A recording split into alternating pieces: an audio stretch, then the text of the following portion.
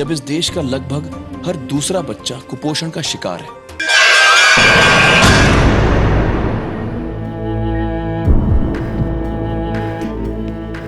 अक्सर टीवी पर आमिर खान के कुपोषण से जंग लड़ने के ये प्रचार आपने देखे होंगे।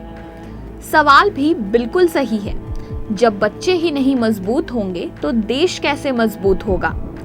सरकार ने कुपोषण से लड़ने के लिए प्रचार बनाने में तो खूब पैसे खर्च किए, लेकिन कुपोषण से सच में लड़ाई लड़ने में पूरी तरह से विफल रही है भारत सरकार।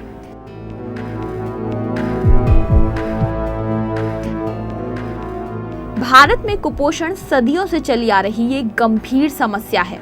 एक उभरती अर्थव्यवस्था होने के बावजूद हम आज तक इस समस्या से जूझ रहे हैं। लेकिन इस समस्या को जड़ से उखाड़ फेंक देने के भारत सरकार के सभी दावे खोखले साबित हुए हैं। जी हाँ, आंकड़े तो कुछ यही कहानी बयां करते हैं। कनाडा के एक गैर सरकारी संगठन माइक्रोन्यूट्रिएंट इनिशिएटिव द्वारा कराए गए एक सर्वे में बेहद चौंका देने वाले आंकड़े सामने आए हैं। इस सर्वे के मुताबिक दुनिया में सबसे कम वजन के बच्चे और कुपोषित आबादी का 40% हिस्सा भारत में बसता है।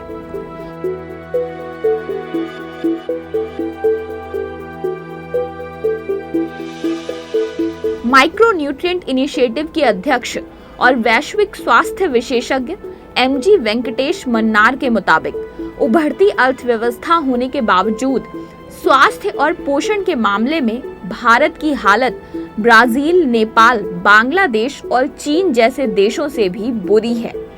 इस सर्वे के मुताबिक भारत में बच्चों में बाधित विकास, कम वजन और एनीमिया यानी रक्त की कमी दुनिया में सबसे ज्यादा है।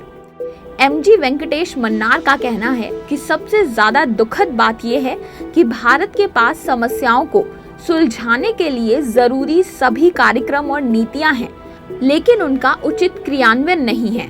उनका कहना है कि भारत में ये कार्यक्रम और नीतियां कई मंत्रालयों के बीच बटी हुई हैं, इसलिए इस समस्या को उठाने वाला कोई एक नहीं है और ना ही उचित जवाबदेही है। साथ ही राज्य और केंद्र के बीच समन्वय का अभाव है, जिसके चलते इस संबंध में बनाई गई नीतियों और कार्यक्रमों के क्रियान्वयन की समस्या है।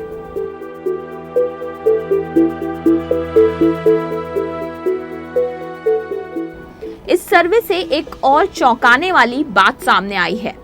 भारत में साल 2005 से राष्ट्रीय परिवार स्वास्थ्य सर्वेक्षण किया ही नहीं गया है। हम आज भी पुराने आंकड़े देखते हैं और हमें ये पता ही नहीं चलता कि हमने तरक्की की है या हम पिछड़े हैं। अब इससे ज्यादा निष्क्रियता का नमूना और क्या होगा कि सरकार ने पिछले 7 सालों में राष्ट्रीय परिवार स्वास्थ्य सर्वेक्षण कराने की जरूरत ही नहीं समझी। निश्चित तौर पर यह भारत जैसे देश के लिए एक शर्मनाक बात है, जिसे लोग एक मजबूत शक्ति के रूप में देखते हैं। लेकिन ये पहली बार नहीं है जब भारत के भविष्य यानी यहाँ के बच्चों के भरण पोषण से जुड़ी नीतियों पर सवालिया निशान खड़े हुए हैं। इससे पहले भी साल 2012 में यूनिसेफ द्वारा बाल मृत्यु दर पर जारी की गई एक रिपोर्ट में बताया गया था कि 2011 में दुनिया के सभी देशों की तुलना में भारत में सबसे ज्यादा बच्चों की मौतें हुई हैं। इस रिपोर्ट में ये भी कहा गया था कि भारत में मरने वाले बच्चों की संख्या नाइजीरिया, कोंगो और पाकिस्तान तीनों देशों में हुई मौतों की कुल संख्या से भी ज्यादा है।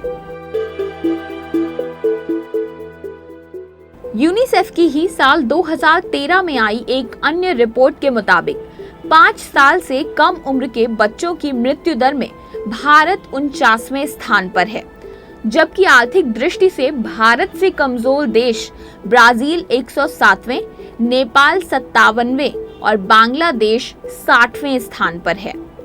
इस रिपोर्ट के अनुसार भारत में साल 2011 में 1000 जन्म पर नवजात शिशुओं की मृत्यु दर 32 थी, जबकि ब्राजील में ये 10 और बांग्लादेश में 28 थी।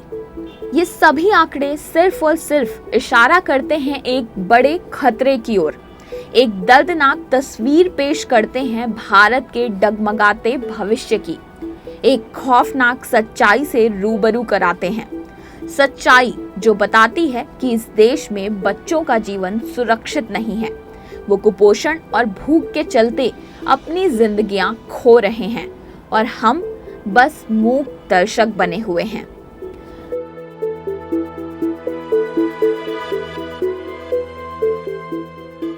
आमिर खान के जरिए सरकार कुपोषण से लड़ने के उपाय बताने के लिए पैसा खर्च कर रही है, लेकिन जो योजनाएं और नीतियां इस समस्या से निपटने के लिए पहले से ही मौजूद हैं, उनके सही क्रियान्वयन पर सरकार का ध्यान नहीं है।